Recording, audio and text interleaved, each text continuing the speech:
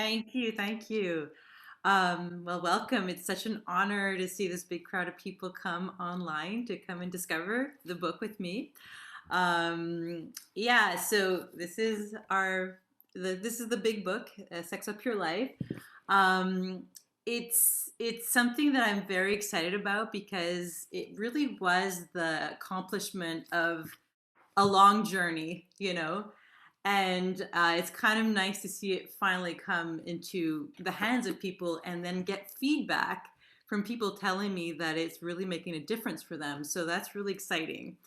So just to give you a little bit more background on myself, I was an educator, Waldorf teacher with students, and then I also went into helping adults in terms of personal growth and taking on all these big questions to get to places of greater sovereignty in one's life.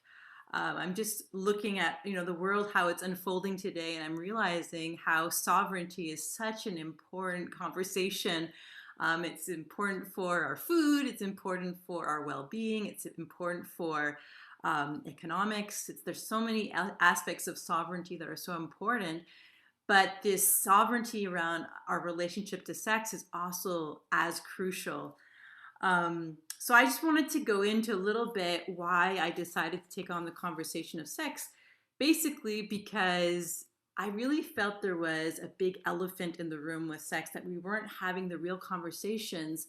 And for one thing, I felt that we either would talk about how terrible it is and how many people it's hurting in the world, or we would talk about how, wow, like had that great orgasm and it's so amazing and everyone wants sex, unless it's just like it's like that big topic that is seems very easy for everyone, when in fact when I've interviewed all these people and discovered this whole journey for sex, going from these completely disconnected situations of sex all the way up to powerfully connected situations, is that sex is really a journey and really a powerful means to discover oneself and to really understand what we're dealing with, where we're at, what's going on, because sex is always going to be there as this mirror for ourselves.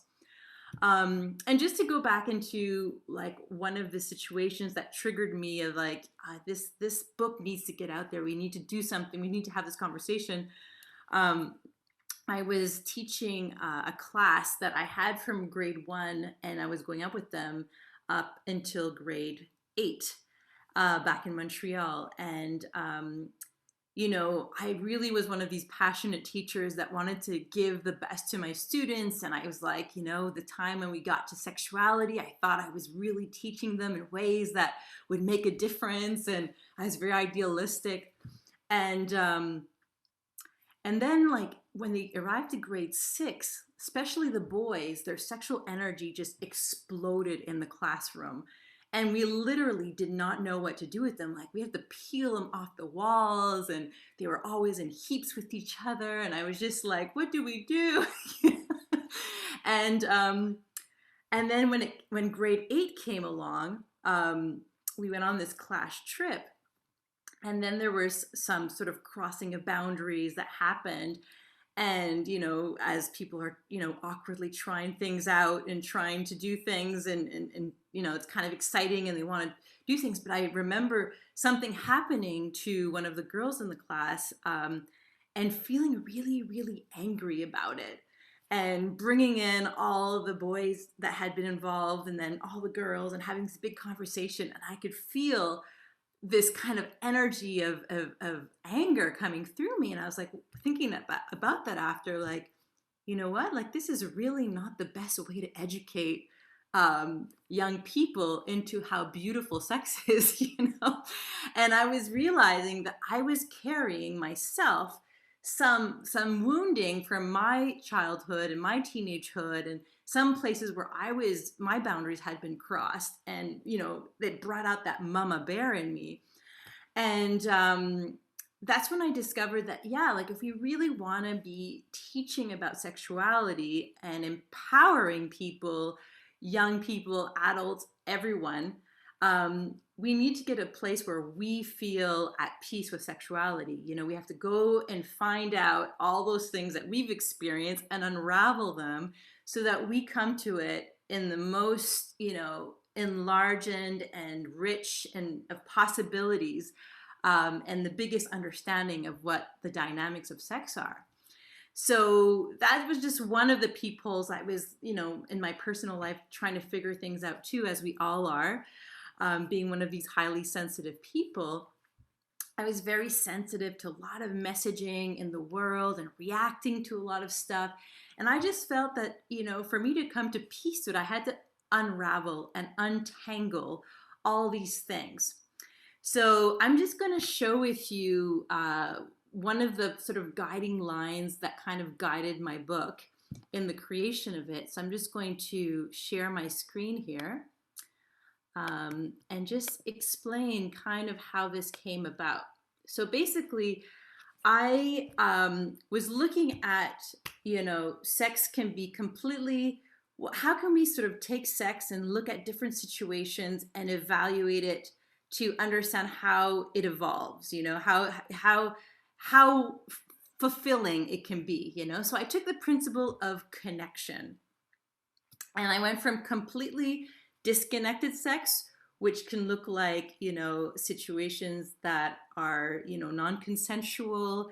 Maybe there's rape, maybe there's all kinds of, you know, situations that are harmful to people that, you know, there's non-consent basically, all the way up to like this powerful place where your mind, body, soul, and spirit integrate into this experience, and you're having this powerful connective experience on multi layers of our humanity, of our beings, you know, that create this holistic picture of us as humans. And so I just started sort of taking all the big taboo subjects of society and trying to figure out, okay, what's playing out there?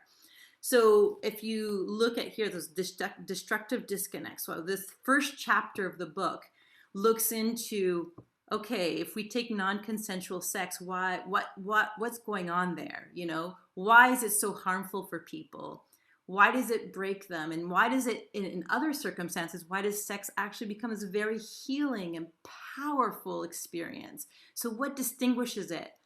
So we look in this chapter at this one story. I mean, I go into a story where someone experienced in their family non-consent or sort of a crossing of boundaries that was, I won't give you all the details because I'll let you discover that. But basically, I kind of, each chapter I take a story to sort of bounce off, and then we go into kind of looking at what's going on there. So when we look at completely disconnected, non-consensual sex, what's going on is we're basically, something's happening to the other person where they're fragmented, they're fragmenting their willpower. They have no say in the situation. So something, it's almost like this kind of like a beautiful golden thread that holds us together as a holistic human being. And when your will is broken, there's something that becomes very harmful in that. Then I looked at, well, how about sex work? You know, is sex work, you know, a version of non-consensual sex, but just there's money involved, or is there other possibilities for sex work? And what I discovered is it's not, sex work can be a very empowering thing, and it can be a very disempowering thing. So it can be both. And it really depends on how empowered the person is that comes into the situation. So basically, they could be someone that is in a, you know, vulnerable situation, and they get kind of groomed into the situation, and they get into power dynamics, and they go down the downward spiral in a way, and lose their agency basically. Whereas, you know, there's another possibility for sex work that's becoming more and more obvious in the world, is a very empowered sex worker that maybe loves and has learned and, you know, developed all kinds of skills, that has a chance then to help and heal and support their clients that come in and have this amazing healing experience. So in this chapter, we look at these two situations. There's two people that have been interviewed, and they talk about their experiences. One's an empowered sex worker, the other one a disempowered sex worker. And we kind of just look at, yeah, what is that critical thing that allows them to approach it and have a different kind of voice in how things play out. Then I looked at, okay, well, how about if we take substances? Is that something that's, are we connected to ourselves? Are we connected to our partners? And again, each of these themes, you can sort of unravel them and make a continuum in themselves, really. And you can look at, well, I took a story where someone, it's kind of the rave scene, and there's all kinds of drugs and alcohol going on, and what happens to this one person in these party settings. And, I kind of explore that side of it.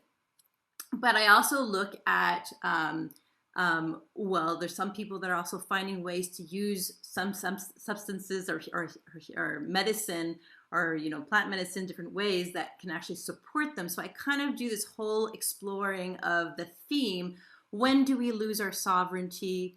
When do we defer our power to the substance? When are we mindful and using this to actually integrate and become more whole? So that becomes a whole conversation in that chapter. And then in the chapter of porn, I kind of explore like what the landscape today looks like, as things evolve. There's all kinds of new phenomena. There's cam girls, there's live peep shows, there's rape porn, there's, all kinds of different kinds of ways that it's showing up, BDSM, whatever. And I kind of explore all the dynamics playing out, the economic side of it. But I also look at, okay, well, if someone is taking it, you can sort of take it like, hey, it's just my little beer at the end of the week, and I'm just going to enjoy it and whatever. And you can also take it as like, I'm going to get hammered, and, your life force is kind of, you're kind of using it in a way to fill in a void of some sort. So in this chapter, we kind of look, well, what is it when we start really wanting this thing that's, kind of created outside of us, and that there's not a real person there, and what does that involve? Like what, it's basically the exploration of what does it mean when you're actually in relationship with a real person, and what kind of growth happens there, and what happens when you're just in your imagination and kind of focused on the outside, on the visuals of something. So we kind of, again, in that chapter, like follow this character, this one person that I interviewed, and his story with his wife and what was going on with them.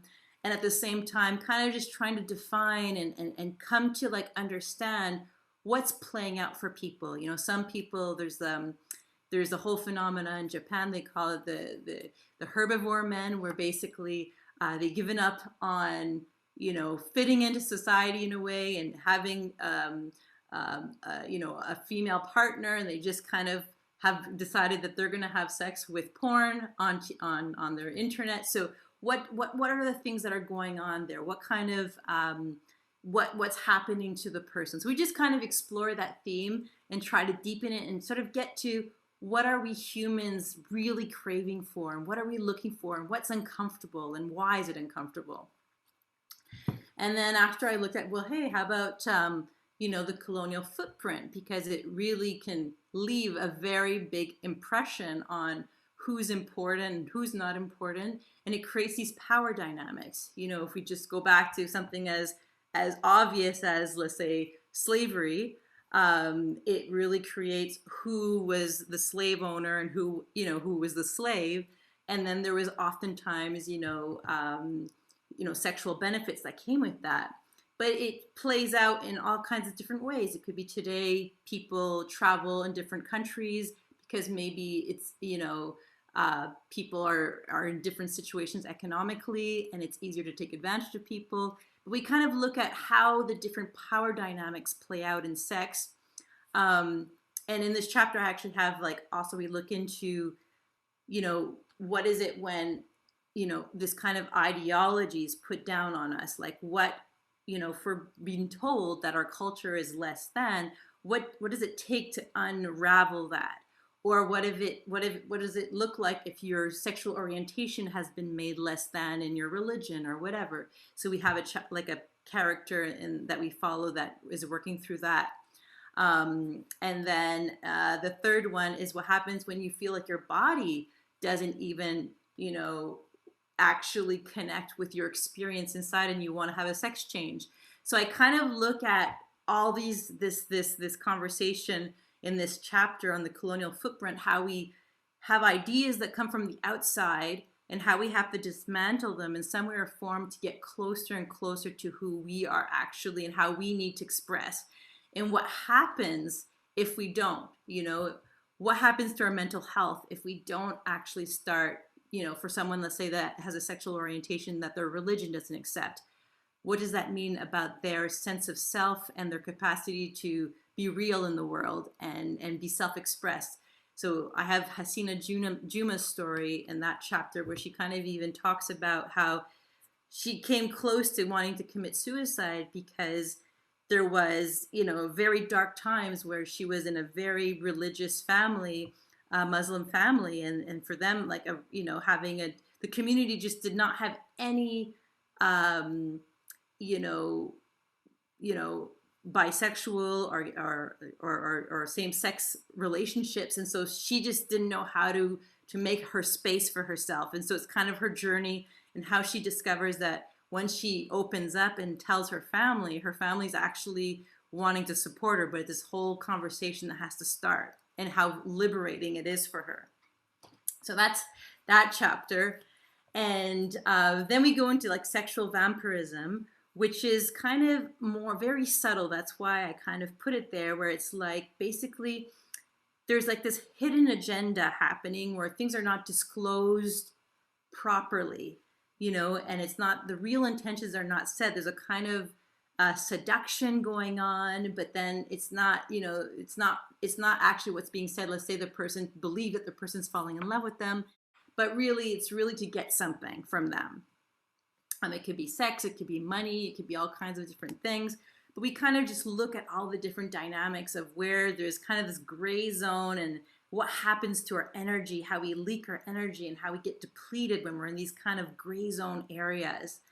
So this was all the lower, what I call the lower continuum.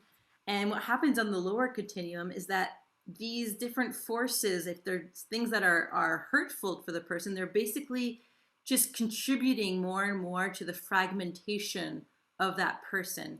And if that person wants to heal and take these conversations, now they have to start undoing and untangling these conversations and healing whatever doesn't feel aligned with them. But the beautiful news is that when we get to the center of the continuum, we move from fragmentation to integration.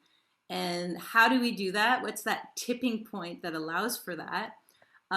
It's the fact that there's this really clear contract between these two mature adult egos, that decide, hey, we're gonna have sex, and then there's different layers at which we can connect with the other person. So we can say, hey, we're just gonna have sex, we're just gonna fuck, basically, and just have physical sex. And in that chapter, I kind of look at like, what does it mean to embody your body and to have that sexual drive go through your body and be in it, and allow for that to happen. And all the different things that come up around our bodies when we are allowing ourselves to experience our bodies. But as humans, we of course, we're more than just a physical body, so we also want more eventually. And we want to bring in other aspects of our soul life. And so here we bring in our capacity to play and our creativity and our wanting to be in this kind of dynamic where we're enjoying and playing out different things. And in this chapter, I kind of explore both what it means to be playful and also looking at more of the, the more higher stakes playing with the BDSM and the kink, the conscious kink, what that can look like when it's actually conscious. And then basically we once we go through all these different layers of just playing, again, our soul and our desire to integrate as fully, emancipated or whole human beings, there's something more, and we want to connect at the heart level, and we want to open up our hearts and start loving and receive love. But of course, we all know that we carry all kinds of wounding in our hearts and we armor ourselves. And so that's a whole journey to open up the heart and allow for that connection, and what can that look like in a relationship, and what are the struggles that come up. So in that chapter, I have a woman that tells her story about just being in a relationship where she was like, grew up in a family that was very harsh. Like the masculine present was very had a bit of a bully quality. So she kind of developed this very strong masculine way of being to protect herself, and attracted a more feminine kind of masculine version, and how they would clash, and sort of the struggle of trying to sort through that, and then opening up their hearts, that once they discovered like why was there this armor, why was this thing of like protecting oneself, to be able to open up. And so I kind of explore, what does it mean to connect with the heart, to start being vulnerable, to start letting that exchange of energy happening at that level. And then co-creative sex is just another, the way I like describing it is that our whole integrity as humans are different layers. Like we have a body, we have a mind, body, soul, spirit, whatever. But we kind of get in the court on different levels, basically. So when we bring our body in, we're bringing our bodies into the court. But when we bring in our playfulness and our creativity, it's another level of bringing it in. And our heart, we bring our heart into the court. It's a whole other game too when we start bringing our heart in, right? So co-creative sex is when you start realizing that there's this piece that when you have sex with someone, you start waking up some of the wounding that you have. And you'll see in the book, I kind of describe how energy works and how that wakes up all the different energy centers in our body, and it will wake up our different wounding. It could be wounding around safety or self-expression, or opening your heart or whatever, but you start waking all these things up. And so basically you start realizing that personal development is important to keep on deepening a relationship. And so this is where sex becomes a tool for personal development, where you start realizing, oh, like it's activating things, and I have to take care of things, and I have to have conversations and be active in this relationship. I can't just like, hey, walk away. It's like there's a kind of involvement and a growing, and it wakes up things about your past and about your family and about things you're carrying from your cultural background and all kinds of stuff. So you have to start becoming active and aware of how you take this on. And then when we bring in like another level of consciousness, here I have consciously cultivating connected sex. So basically this is where we kind of enter the realm of all the people that are taking on different practices, whether it's Tantra or Taoism, or different types of ways of mastering their energy or connection. It could even be some people take on polyamory as a way of learning about themselves and growing, and having to have all these really hardcore conversations and real conversations and raw conversations. So basically, consciously cultivating sex means we're bringing mindfulness now into the court. We're bringing in our capacity to bring our mindfulness and awareness and consciousness to what's going on, whether it's the physical technique or energy or emotional. But there's a real practice and cultivation of sex. It's taken on as an art, basically. It's not just this kind of thing happens at bed, on Saturday nights. It becomes like, okay, like we're going to take this on, and we're going to learn some skills, and we're going to practice, and we're going to develop our skills. And then the last piece is, the last element that I felt that we could add to this growing picture of our humanity is this element of deeper commitment to someone. Because there's something that, when you just run 50 meters, it's very different than running a marathon. So there's a other kind of awareness and consciousness and mastery that it takes when you're going for a longer commitment. And it doesn't necessarily mean that you're just in a monogamous relationship, but there's a need for real transparency and a real commitment between the two people. And it could be monogamy. There's different formulas and that people choose, but there's a real commitment to growth through this relationship and the sexuality that they're going to be having. So this is kind of how I kind of took this conversation and kind of tried to open it up and sort of see throughout this whole spectrum from complete disconnected to powerfully connected at all these levels of our humanity, what that sexuality could look like. So that pretty much gives you a picture of the journey. And what's really amazing is sometimes when people take the book, they'll take a conversation, let's say, and they'll think, oh, this doesn't relate to me. But the way that the stories are written is that they'll give you always a picture of something that you're struggling with or that you're dealing with. And it's kind of like becoming aware. A lot of these things are very unconscious.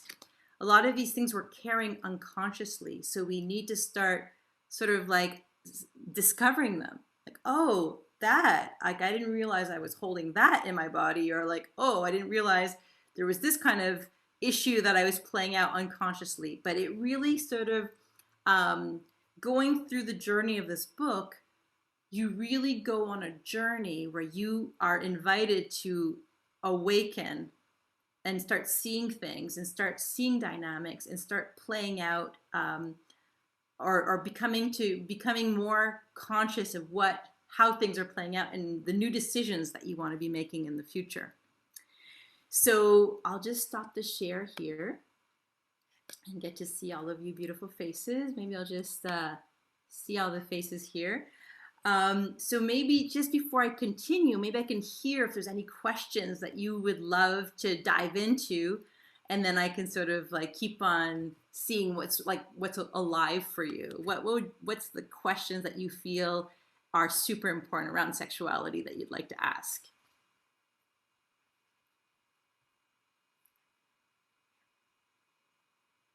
And you can just unmute yourself if you have a question.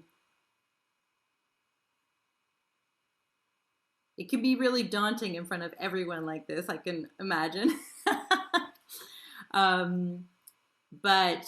Yeah, if you can think in your life, like what is there one element in your life, maybe it's not even you, but that you feel that people are struggling with that you think is important? Well, I'm curious as a mother. Can you hear me, Julie? Yeah. Yeah. So given that you have a experience as a teacher, and then you've written this most remarkable book that I've read twice now and that I love, how would you approach the conversation of sex with young people?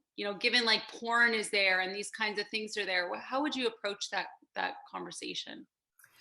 Well, one thing that I really loved when I was writing this book is that there's one book that I read that really talked about how our sexuality needs to be an experience that's developed like from within ourselves. It can't be something that we impose on other people.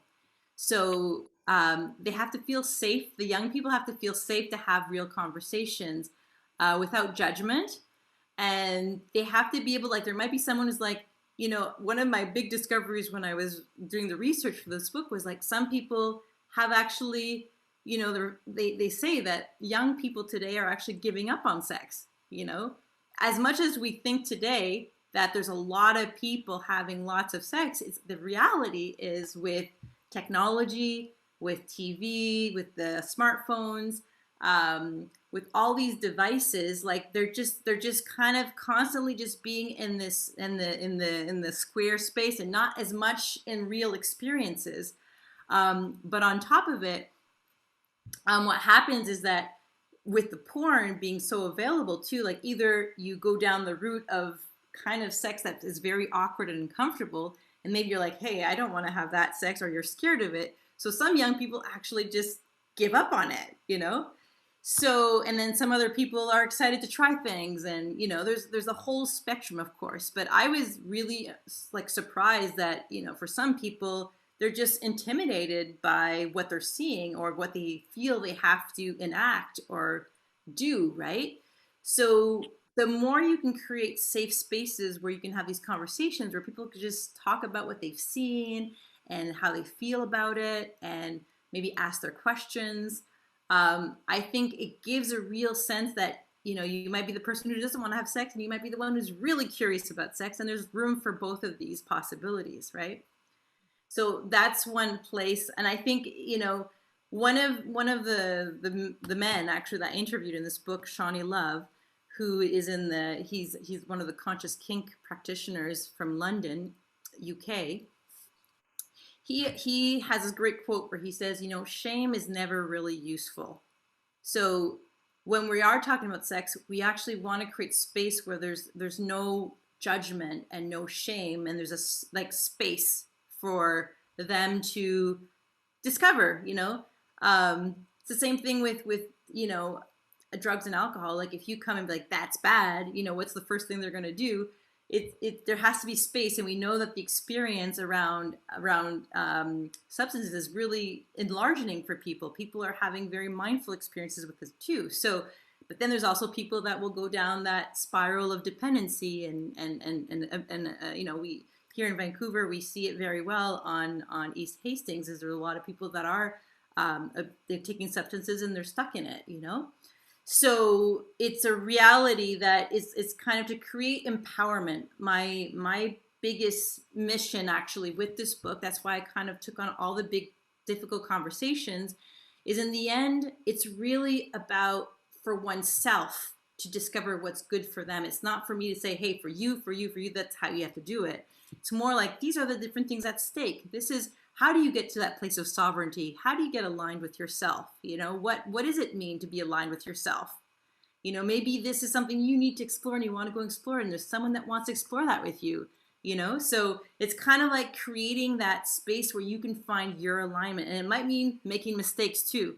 Another thing that Shawnee Love talked about is that, yeah, there's a kind of like, he's actually a sex worker in UK. He's a man, and his clients are women. And he says that basically there's an open door policy where there's always room for feedback. Like even if in the moment there's nothing said, 2 years down the line, if the woman finally wants to say something, like there's always room for him to hear feedback. And I think those are like really good practices of just discovering how complex and how multi-layered trauma can be and sex can be, and how many things can be awoken in this experience, right? So thanks. That was a really great question. Yeah. Anyone else have a question they would like to ask? And there's no wrong questions. It makes it dynamic and fun. It could be just like, hey, like this is something that I've saw that people are dealing with, and I'd love to talk about that.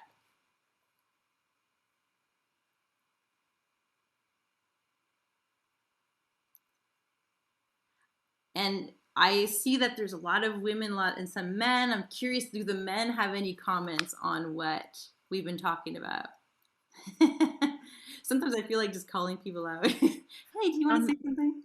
Someone has asked a question on the group chat. Oh, thank you. Okay, let me look here. Okay, I think there might have been a few actually. Yes, so someone wrote vampirism equals NPD, narcissistic abuse. Exactly. Yeah, there's different types of personality types that play out there, and can be very, very damaging for people, especially when you bring your sexual energy into it, because it's a very vulnerable piece of your being, and you're sharing it, and it can be these situations can last very long. They can be very depleting.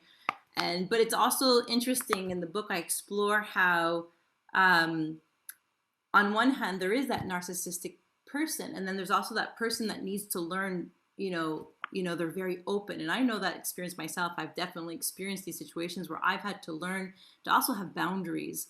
And that, from my programming in my family background, that was not something that did naturally. So I had to relearn, what does it mean to have good boundaries? What does it mean to say no? What does it mean to not be a people pleaser anymore? And as women, we've been taught, we have to be all agreeable and enjoy everything, and and say yes and not make conflict. So to undo these patterns is a really big thing. So here, then Rebecca writes, sometimes vampirism is quite psychological diagnosis. Our culture is somewhat steeped in vampirism, especially the substance scene. The language used in some of the scenes denotes lack of empathy and connection to others and self. So yeah, Rebecca, do you want to explain that a little bit? I don't know where Rebecca is. Sure, I'm here. Yeah, go for it. I'd love to hear what you mean. I just wanted to say, when I was in my late teen years and my early 20s, I'm pretty sure I was an energetic vampire. I'm pretty sure that I had lots of friends who were too. Yeah.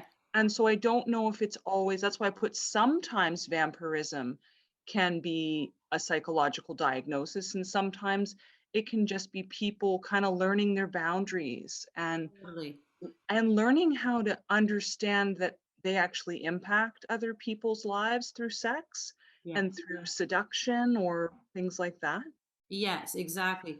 Well, when you really dive into it, and I try to really bring this out in the book, is that it's really about an energy exchange. And like Rebecca just said, like sometimes we're awkward with it, or we're not really good at understanding our impact on the other person, or we come from places of we're depleted, or we have big projections on the other person. So there's a lot of sorting out that needs to happen as you grow and mature and learning how you're impacting people. And I do these group programs with people, and we often have these conversations that we can be someone that has been vampirized, and we can vampirize people. It's an energetic thing. You can be in a room, and there can be someone that the way they're asking questions, or the way they talk to you, they're like sucking your energy dry. It's not even sex, but they're doing it with their words. So it's like sexuality is a heightened energy exchange. So anything that we experience, even just in between friends and conversation, this can happen. This sort of feeling of getting drained can happen as well in sexuality. And like Rebecca's saying, there's a whole learning curve. And where it becomes like a little problematic is when someone is doing it because they don't see that they don't know how to get their energy replenished from the self. So they start doing it by getting it from other people. And then it's a whole journey to look into, okay, why can't I find it within myself? Why do I feel so depleted and want it from other people? So that's why I find it such an exciting conversation to look at this energy exchange, because it really allows you to discover where you're at in your personal development. Like, what does this have to teach you? Like, why do you always choose the person that's going to deplete you, for instance? Why do you always choose the person that's going to suck your energy dry, and you give it so generously to them? There's different ways of looking at it. You can also look at it, hey, like, I don't take responsibility for my life, so I go and get it from other people. But it takes something to wake up, and it takes conversations, like Rebecca was saying. Like, sometimes you need to learn those boundaries. Someone has to tell you, like, that hurt, and it's this, and it's I think it doesn't necessarily mean a pathology. As soon as you wake up to what you're doing, you stop the vampirism, right? As soon as you take responsibility for whatever reason you're trying to get it from someone else, if you take responsibility for that, it stops. So but then some people get stuck in that more like a more problematic dynamic, where they don't want to look at themselves, and they keep on hurting other people. So it's just a beautiful conversation to allow us to look, oh, where are we losing our energy? Where do we take energy that's not ours? And just becoming energetically savvy, becoming energetically conscious. And like I say, it could be sexuality, but it could be also just conversation. It could be how people are with you. So it's kind of, it can be, you know, very intense with a very powerful sexual dynamic between people. And if in those situations, if there is vampirism happening where the person suddenly disappears after they've had sex, the person that sort of opened up can feel extremely depleted energetically, and their self-esteem will dive, and they'll feel depressed, and there's all these things that they, because basically they've lost their life force, you know, to this situation where they thought it was safe to share with the other person, but that part of the person disappeared after. So I kind of just describe kind of some of these dynamics in that chapter on sexual vampirism. So I'm really happy that you guys brought that up. Let me go a little bit down again. Is there a positive, progressive, conscious, global online community website for those seeking others who are also working on self-development, including their sexuality, to look at others with whom the study and practice, and for some to attempt intentional dating? Yeah, I think there's lots of different communities out there. I know that there's people that, you know, focus on different skills. It could be the tantra scene, or it could be people that are, you know, trying polyamory. But there's all kinds of different communities out there. And you know, in the whole personal development piece, I think, you know, you have to kind of find your niche. You know, that's basically like the whole upper continuum of this book. I've interviewed different people that are, you know, sexual educators that are bringing in consciousness, and around each one of them there's communities, you know. So, and you know, so there's so many different pockets. I wouldn't be able to name them here, but there's definitely possibilities to discover that. Let me see here. I'm here with my partner, and he was wondering why men rely on sex at times as a form of stress release. Yes. Well, that's a really interesting thing. So when we start looking at sexual exchange as an exchange, it brings in that there's two humans in this picture, right? So if someone is just using it to, well, I mean, it's complex things. Maybe two people are like happy to share sex and just use it as sex release, right? Because basically sexuality is a very strong energy. So it's going to wake you up. It's going to, you know, your blood's going to circulate, your lymphatic, you know, system is going to be activated, your hormones are going to be activated. Really, it's like if we were to take an element, you know, sex is like fire, you know, and fire can be, you know, a huge blazing fire, a forest fire, and it can be a small fire, it can be a tended fire. There's all different ways that we can deal with this energy. But I think that if someone is just using it, you know, in a way where they're not fully respecting their partner and just using it as a sex release, and then we're like, okay, I'm finished, and walk away, and the other person's like, hey, I was expecting for more, or I was expecting more connection, that's when there's a problem that happens. You know, if two people are like, hey, we just want to have our sex release, and we just want to get our stress out, and there's women as well that I've heard talk about sex that way, like they just want to have their stress release as well too. Because it's like you're moving energy. You know, I was part of this Kundalini little training actually recently, and we were just practicing moving energy, because that's what sexuality does. It's moving energy, you know. So if someone feels like pent up, they want to have things moving, right? But in the situation with this dynamic, it just has to be explored. Like, you know, there's always an invitation to just bring a little more consciousness into it. Like, are the two people in agreement with this, or is there you know, a dissatisfaction on one of the parties because the other person is just doing it this way? So I think there's an invitation there to look at, you know, if they feel stressed too, is it, if they're just doing it, you know, and they're using their sexual life with their partner to release their stress. My question would also be like, okay, well, how can you manage your sex as well? Like if we're looking at trying to be sovereign human beings and really being aware about what we're doing, how can that person also be more mindful in terms of like releasing their stress maybe before coming to sex? You know, maybe that would create a whole other possibility in the relationship. Like what kind of places could they release their stress so it doesn't become a, you know, a dropping on the other person, because the other person might absorb all the stress too. So it's kind of like we have to sort of open up our fine tuning here and observe what's actually going on, and how can things be improved so that the two people feel like they're getting what they need, and that there's a feeling of like I'm taking full responsibility for myself. Like there's that element of sovereignty that comes in. Did I answer your question, Olga?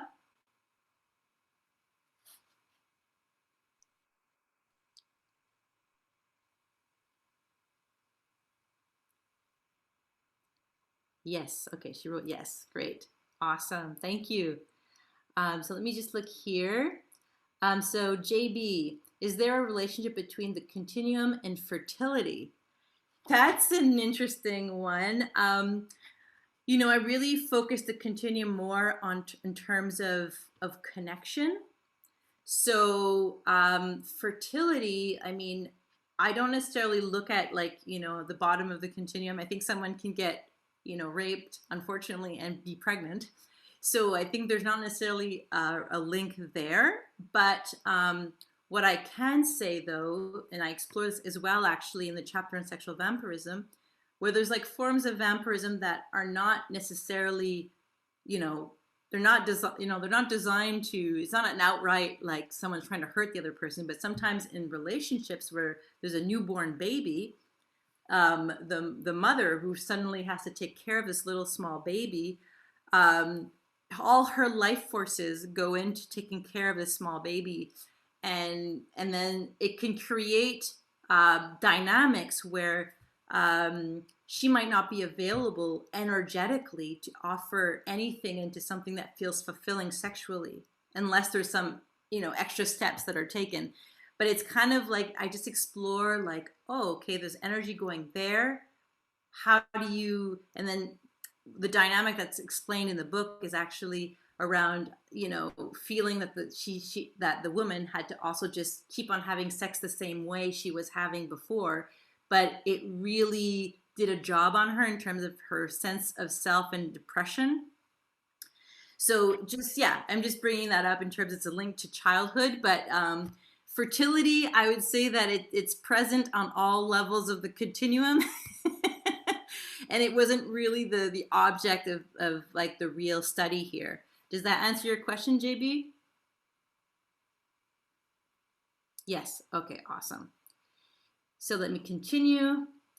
So Andrea, okay, how can we ascertain ahead of time that two individuals are on the same page so one doesn't end up feeling depleted and the other walks away?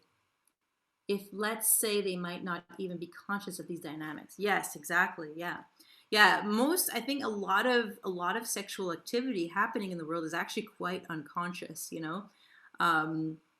You know, if you just like meet someone at the bar and like go home, have sex, and then, you know, whatever, right? There's a lot of unconsciousness. It can be fun, but it can also be very unconscious, and there could be different ramifications happening. I think that, so let me just make sure I'm going to answer your question. How can we enter ahead of time the tuners are on the same page?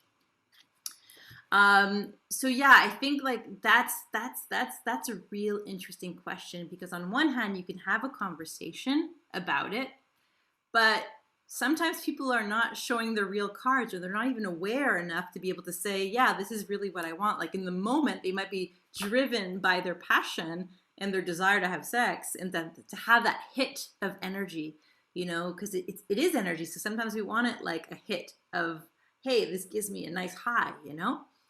So I think, yeah, I think it's you can have conversations, but you also have to start observing how you're feeling. Like for instance, if someone comes on very, very strong and really makes you feel like you're $1 million, but there's no real relationship yet, and it doesn't feel completely real, the words, chances are they're not being fully honest about the situation because you've just met, right?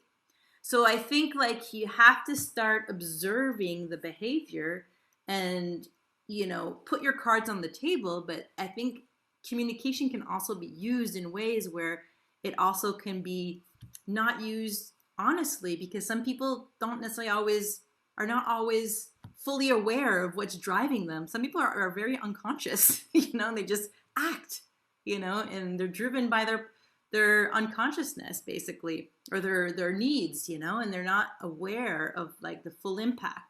So I think this is a real good question in terms of, but it requires a real deepening of how you're actually feeling in your body with that person. Are they speaking their truth? Are you speaking your truth?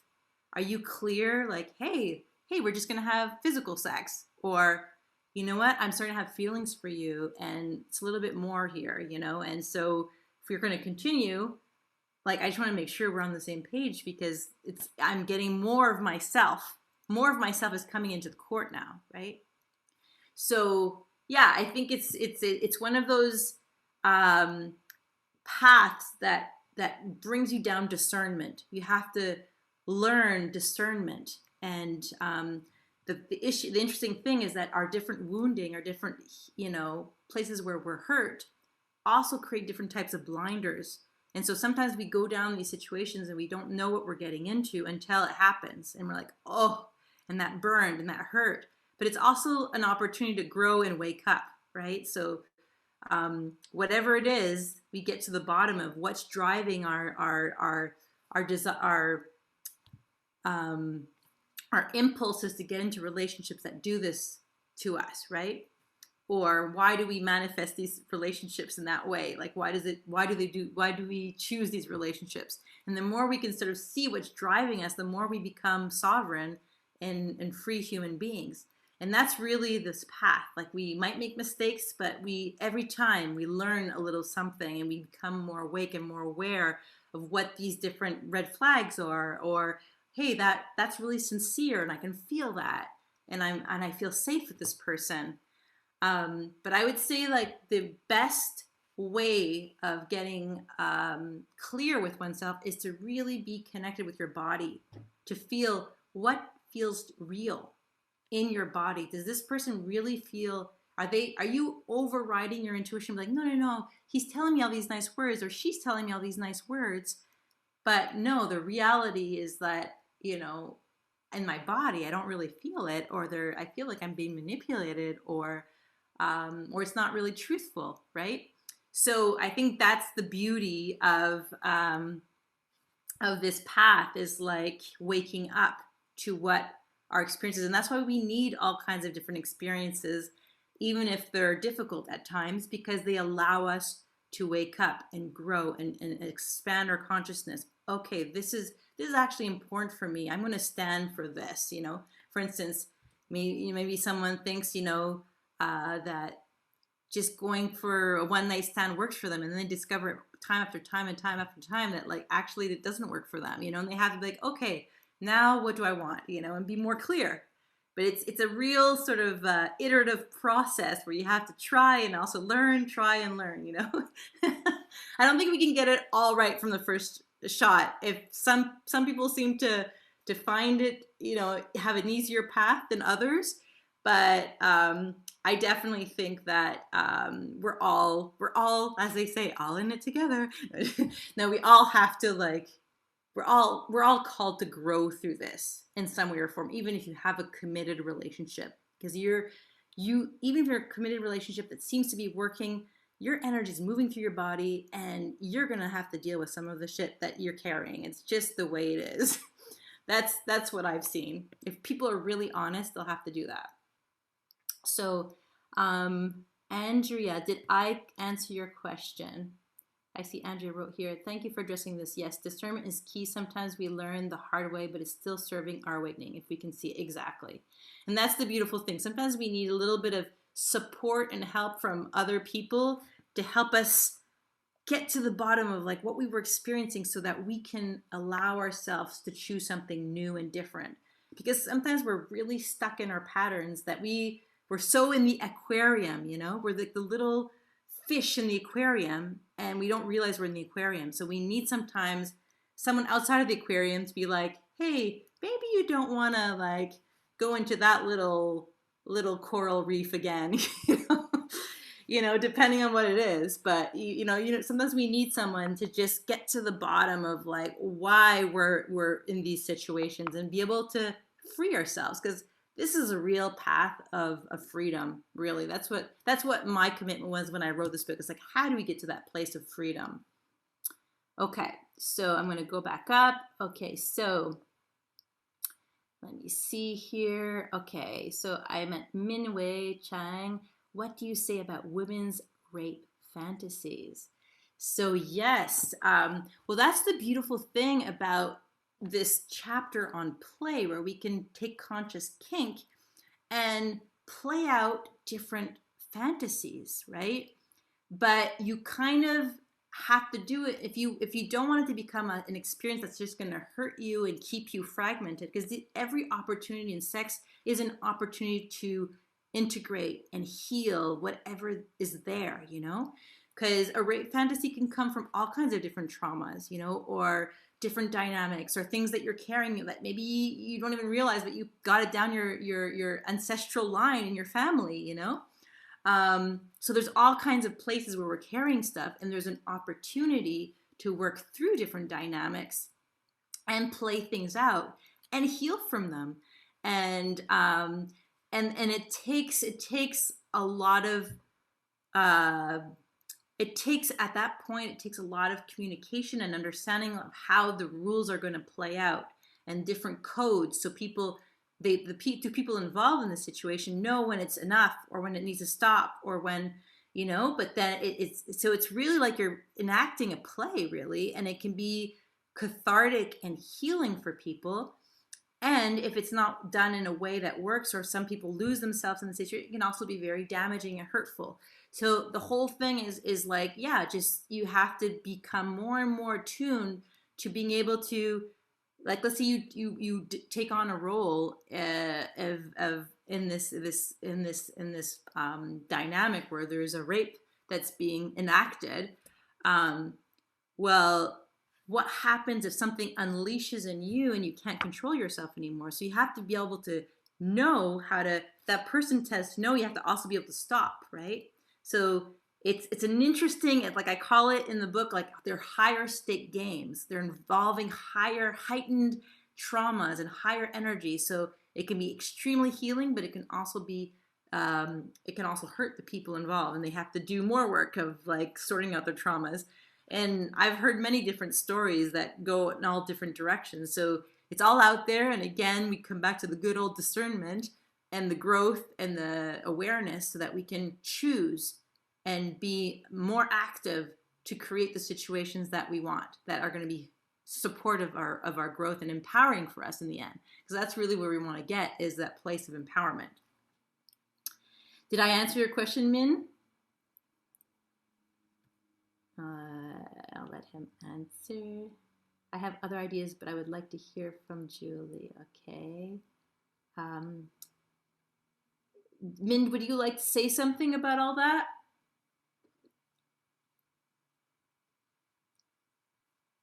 I don't know if he's still there, but I'll just keep on going. You can, if you chime in at one point. Yeah, I see a new message. Okay. Okay, so let me just go where I was. Okay, so Teresa. Okay, Rebecca. Minhui, I think it's a distortion of a primal animal energetic force from a male partner. One can be primal and have consent. So often some people think it is a rape scene, but it's actually just a primal energy that they are seeking, not rape, lack of consent, or voice. Yeah, I think it can be many different things, I remember as a kid, my brother had this big cover, and we called him the Blob, and I just loved him running after me and like wanting to catch me, and there was something erotic in this dynamic, and yet it was so fun, so there's all kinds of dynamics and energy that get exchanged between these different things that we play out, that are really fun, and like as kids, like we want to play all the time, and so sex is kind of like adult play. It's a place where we can play and try things out and try different dynamics. And yeah, there can be like an actual, and I describe actually in Shawnee Love's chapter where he describes an actual rape scene that they recreate in a conscious kink situation. And it can just be like what Rebecca's saying. It could just be that primal energy of like, yeah, like there's this kind of exciting energy that comes with that. So thank you, Rebecca, for bringing all these different points in. They're really great. Okay, so Teresa says, where does one find these communities? Where is a group that wants to explore integrated sex? How does COVID play in this? Okay, well, how about I think about that, and I can, if you put your email down, I can sort of think of different things and send them to you, because I can't think off the top of my head, but I can definitely send you to the right people that would help you out. Okay, so Carmina, thank you for addressing this. Yes, discernment is key. Okay, yeah, okay. Rebecca, perfect. Karen, I'm curious if you have an opinion regarding the right time to have sex in a new exclusive dating relationship. Sometimes I feel like it feels right earlier than would be good for the relationship. And waiting can help ensure both people are really on the same page. I struggle with this. Do you have an opinion? Yes, and I have to admit that I struggle with this too. I think everyone has like a different answer for that. But you know, time and time again, I do come back to, if you want to build something strong, there is some value in slowing things down, because I think, you know, if someone is just in the physicalness of the relationship and the other person is wanting more, the person that just goes for the physical might just be satiated, and then they're complete and they want to walk away, where they didn't have time to develop the opening of the heart. Whereas the other person might be already their heart open, but their physicality might not be yet open to jump in. So I think there's something that needs to be cultivated, you know, and I think it really helps when we see ourselves as multi-layered human beings, that we're not just physical, we're not just heart, we're not just spirit, we're not just soul.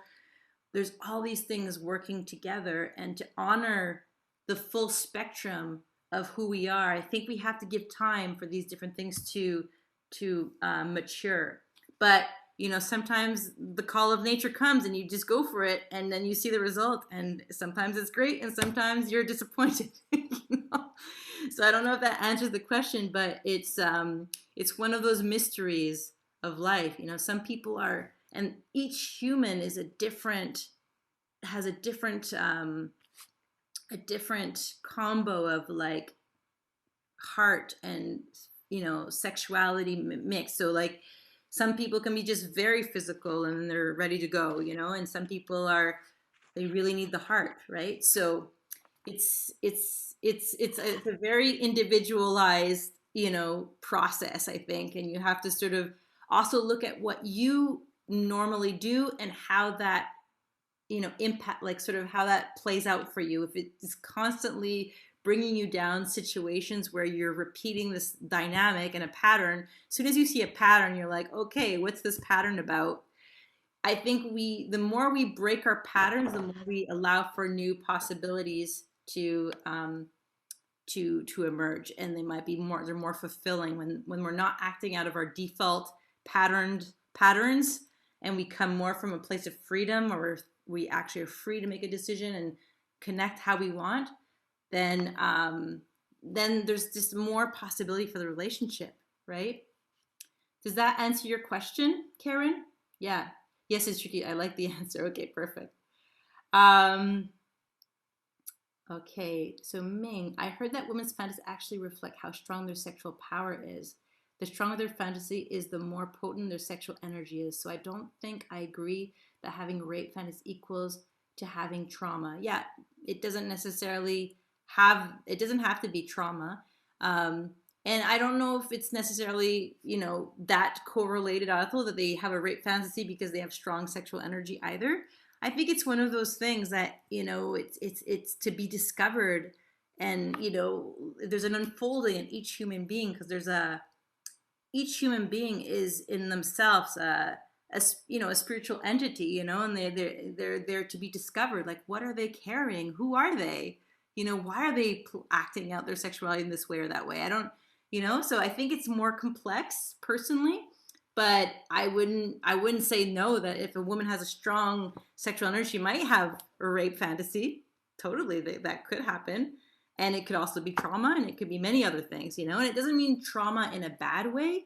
It just means it could be things that are inherited that need purification, you know, that are coming up, and there's like a desire to go and play this out, and then maybe once it's done, there's not that desire anymore. So I think it's just it's a vast topic, and it's to be explored on an individual basis. I don't think we can sort of blanket, I think, for everyone what's going on. That's my personal take. And yeah.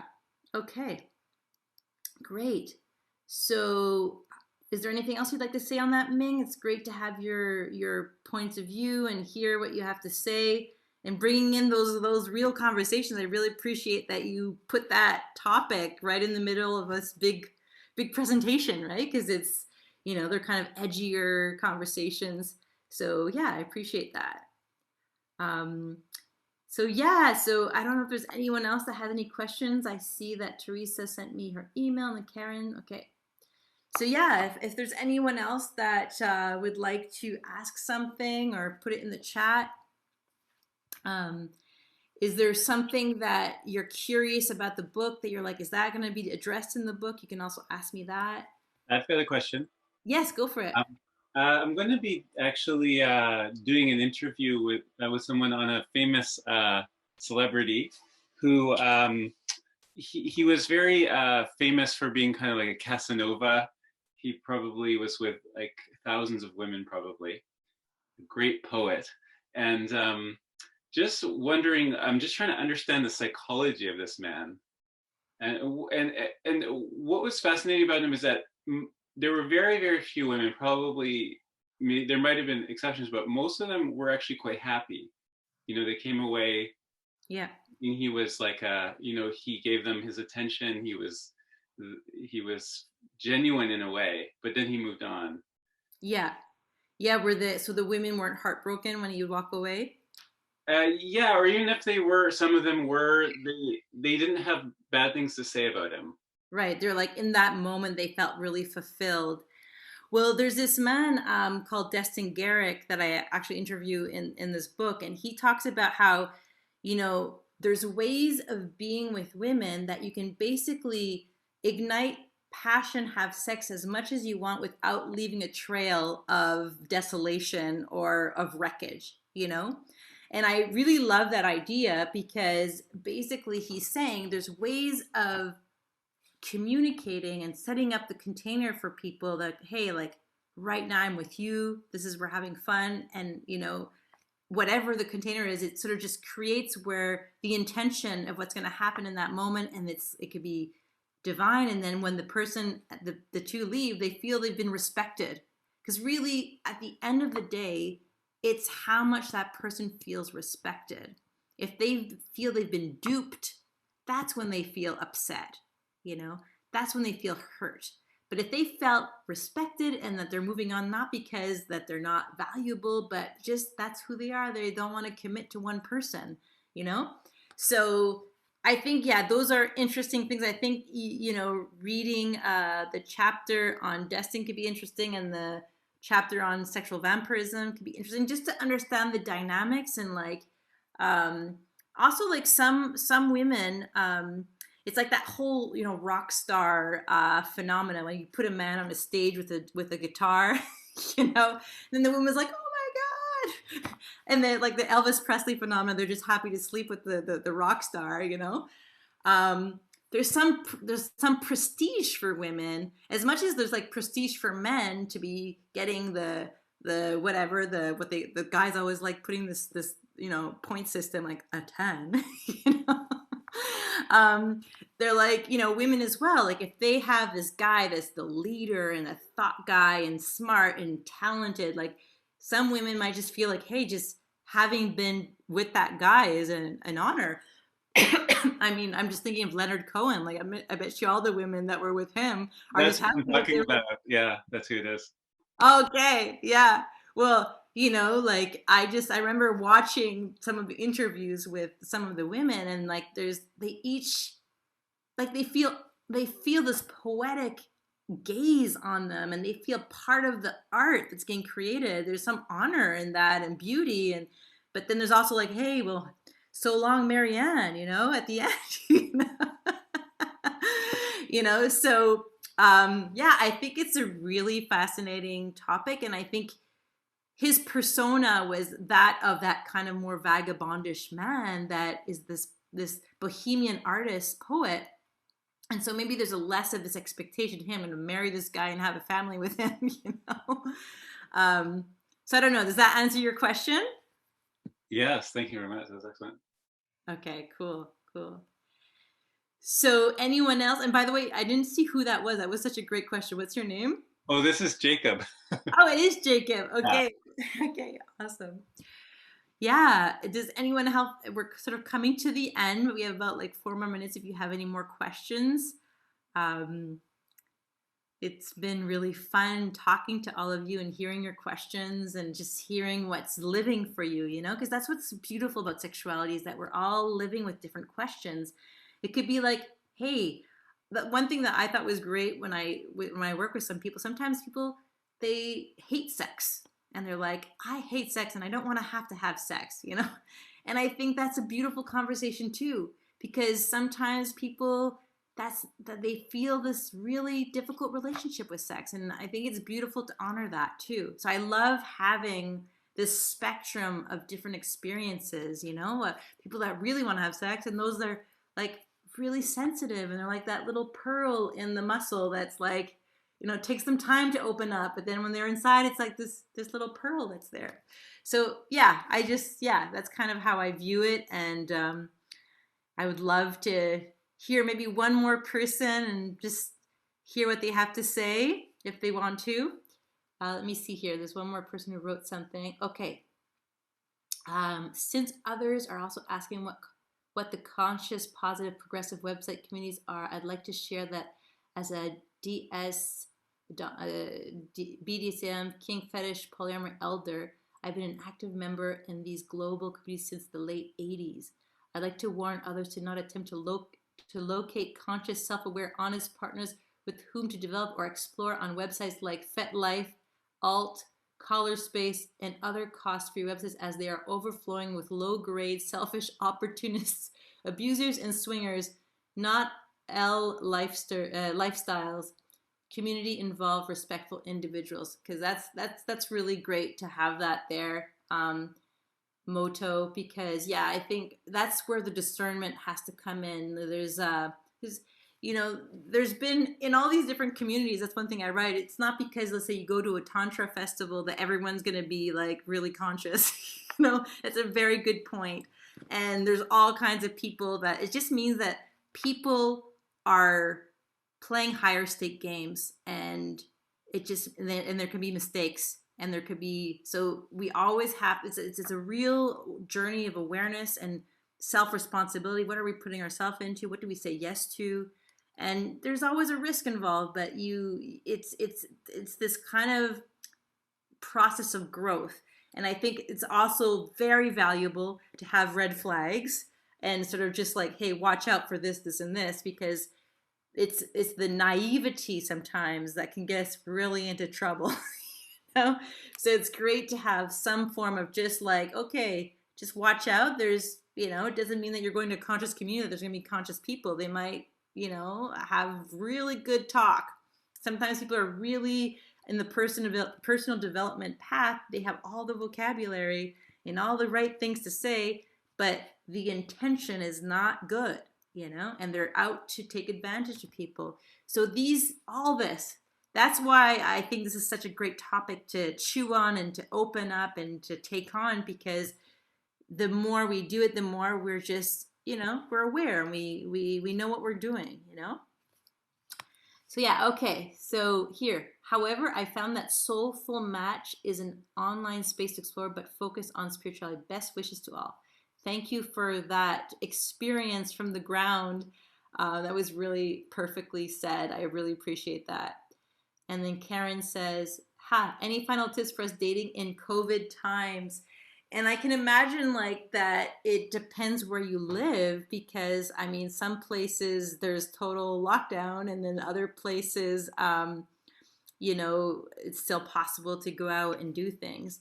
Um, I think that, yeah, I think that, you know, when you're there, you know, I think there's different ways of meeting people. Of course, there's the online way, and then there's being involved in all kinds of different things.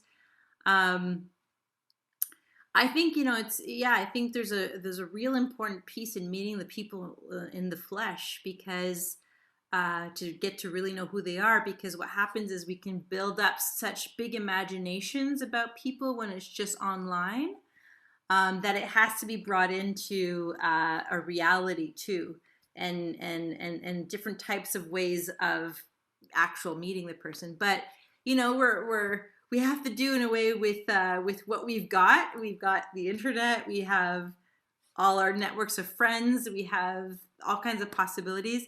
So, I mean, it really depends on you how strict you are with yourself in terms of COVID. I mean, it really, there's all these different parameters. I don't know if I have necessarily any ultimate tip for us, but what I do know is that we need connection. And that's what I'm going to finish with. Like, us humans, we need connection. We need physical touch. We need to feel embraced. We need to feel supported. We need to feel loved. We need to feel seen and understood and celebrated. So however you're cultivating those things in your life, that's what's important. So maybe that's my final thing. Ha! Okay, thank you. That was so interesting. Okay, awesome. Thanks for all being there and seeing all these beautiful faces. Some I don't know, some I know. So fun to see all these friends and people that I'm getting to know as well. So yeah, so I know that Jacob said that if you're interested in like going more in depth in these conversations, and you know, having, what I love about the book really is all the stories, because you have these people who they're out of interviews that I did with these different people, and we really explore down the rabbit hole like what was going on for them.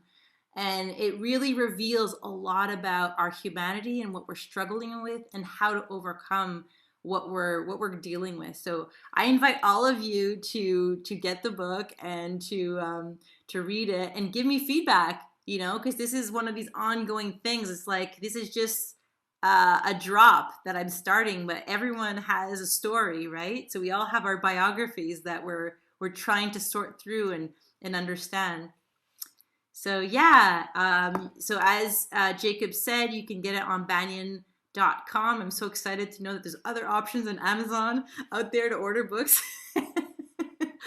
But yeah, you can also order it in your local stores. But okay, here it says, the book holds up to multiple readings. Here's hoping this book brings you and Banyen a share of awards. Woohoo! Thank you, Matt. But yeah, so it's really cool to know that you can just order. And Banyen told me that Jacob told me that basically they can you know, ship this book anywhere in North America. So that's pretty amazing. And you're welcome to stay in touch with me if you want. My website is cocreativesex.com, and I'm Co-Creative Sex on Instagram, and Julie Archambault on Facebook. So, and I'm on LinkedIn as well. So you're welcome, just if you have more questions and you're curious about stuff.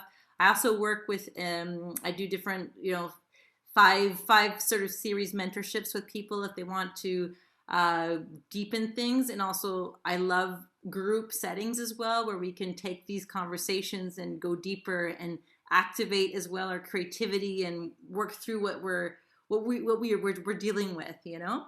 So I kind of do all kinds of different things. If you're curious about that, you're welcome to reach out as well.